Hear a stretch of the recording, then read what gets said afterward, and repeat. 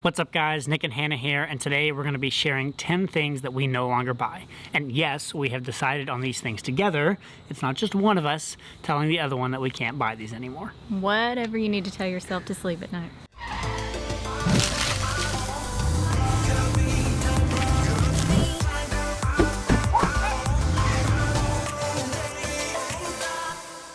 All right, the first thing on our list is keto coffee creamer.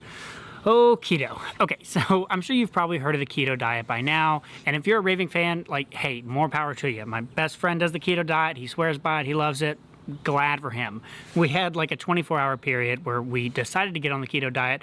We made it as far as using keto coffee creamer in our morning cup of joe and gagging all the way through it, and then really starting to rethink that whole decision. For us, we do much better just tracking our calories and then following a way less restrictive but mindful eating plan. We're big fans of the 80-20 rule and Krista Stryker over at the 12-Minute Athlete, so if you want to look at a different approach to your nutrition, highly recommend checking her out. But all that to say, keto coffee creamer was totally sucking the fun out of our morning cup of coffee, which is something that I really look forward to.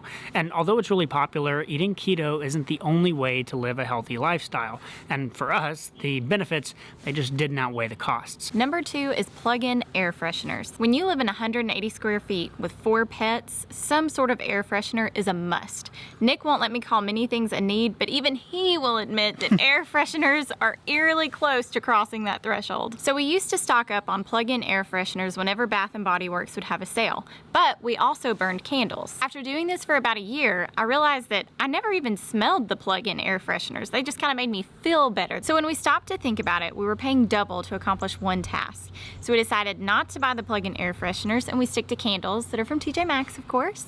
And our Airstream smells great, and we never miss the plug-ins. Number 3 on the list is dog toys. Now, this one is simple. Our dogs are not civilized. They either just completely ignore toys or they tear them up in 10 seconds. Plus, our little dog, she basically only has eyes for sticks anyways. Now, one exception here is a Frisbee. Scout loves to play Frisbee, and I love it almost more than she does. And in addition to regular dog toys, we have completely cut out buying garbage crap Frisbees.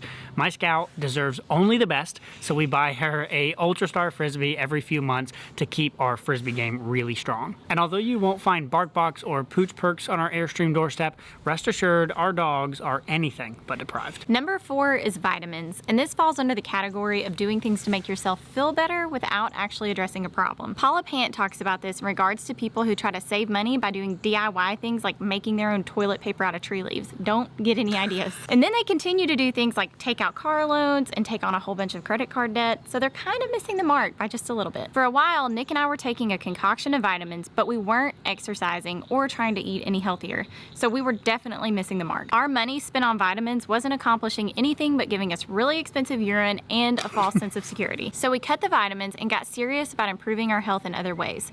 Our nutrition and exercise routine have continued to improve, and we've gotten healthier, all without spending money on vitamins. All right, number 5 is food with coupons just because of the coupons. I'm looking at you, hamburger helper. Now, when we first got married, we were couponing hardcore. I'm talking like we met this lady in this parking lot to pick up Sunday newspapers and buy them off her secondhand because she was driving from Chattanooga to Atlanta. It's a real deal. To pick up an entire trailer full. Supposedly, the Atlanta newspapers have much better coupons in them than the Chattanooga newspapers. It was a whole thing. Long story short, we basically ended up with cabinets full of hamburger helper and Pop-Tarts.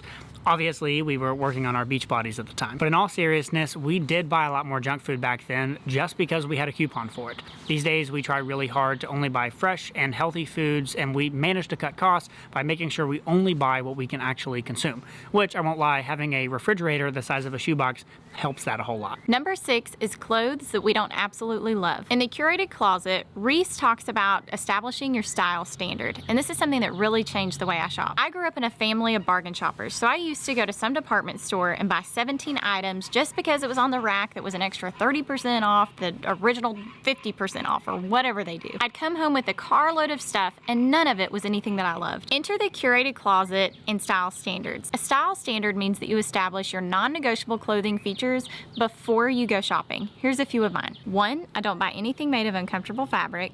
2, I don't buy anything that requires dry cleaning. 3, I don't buy items that require complex layering to be styled right, like flannel over a t-shirt is as complex as I can get. 4, I don't buy items that are difficult to pair into an outfit, like a weirdly cut top that only goes with one style of pants. And 5, I don't buy shirts shorter than hip length. That last one's kind of weird, I know, but they make me feel short-waisted, and I don't like being able to see the zipper of my pants, so it's just one of my things. If you heard my style standards and thought, it sounds like you don't buy anything but yoga pants and t-shirts, then bravo, you cracked my code. Number 7 is uncomfortable shoes. Now, I used to do all of my shoe shopping by just going into Ross and buying the cheapest pair of shoes I could find that were in my size. Should have gone to TJ Maxx. but then Hannah had to listen to me complain all the time about how badly my feet hurt. Plus, fairly quickly, my socks would end up becoming the soles of my shoes. And let's face it, Hannah and I sleep in Walmart parking lots regularly. I have this big beard. We own nothing but loungewear. I don't need anything else that makes me look more homeless than I already do. When we got serious about working out, I realized pretty quickly how important comfortable shoes were. And these days we have just a handful of really comfortable shoes each, rather than a closet full of shoes with holes in them. Number 8 is crappy bags. Nick and I are bag junkies, and like we used to do with shoes, we used to buy lots of relatively low quality bags. But in the Airstream, you don't have room for lots of anything, but that's okay, because Nick and I realized that really all we needed was one nice bag for our work supplies, and then I like to have a nice purse, like $50 to $100 nice, not like $500 plus nice. And I like to carry it for about a year, and then when I get tired of it, I'll donate it and get a new one. So we both did our individual research and found backpacks that worked for us. I ended up with a Belroy backpack, and Nick ended up with a Peak Design backpack. Don't get me wrong, they were expensive, but nothing that we couldn't save extra for a couple of months and feel good about buying. So now we each have a durable, highly functional bag that we can keep our work things in and grab and go when we're ready to run to a coffee shop. Number 9 is food from chain restaurants. Now, if you watch this channel, you've probably heard me talk before about how Hannah and I really like going out to eat, mostly for the atmosphere, very rarely for the food, which means we often find ourselves going to coffee shops instead of eating out. However, when we do go out to eat, we typically like to try and find somewhere local that has a really neat atmosphere that is fun and enjoyable, rather than going to a chain restaurant that we could go anywhere. Now, the one exception to this, of course, is Waffle House, and there's really no explanation needed here. It's amazing. All right, we made it to number 10, which is anything online that doesn't have free returns, especially clothing. So we ended up getting a gift card to an online store through one of our credit card cash back situations. And I got on, I found like a yoga top that I liked or something. So I bought the yoga top, they send it in the mail, it doesn't fit, and then I start the process of trying to return it. So I ended up being on the phone for way too long, and then when I finally did get it returned, I had to wait for them to send me a new gift card that had the shipping cost subtracted out of it and blah, blah, blah, all this stuff. Instead of going ahead and repurchasing the item, I was waiting on the new gift card to come to me.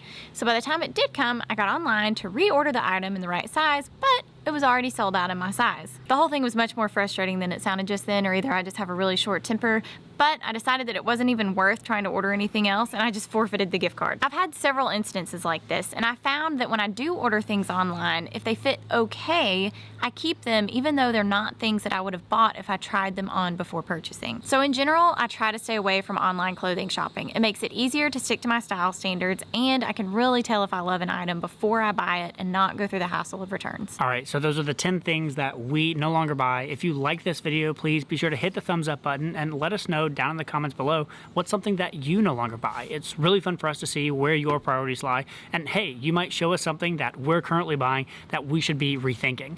As always, subscribe to this channel if you're serious about getting ahead with your money, and just remember, we can teach you and talk to you about these things that you shouldn't be buying, but we can't make you do anything. The choice is yours. We'll see y'all next time. Bye, y'all.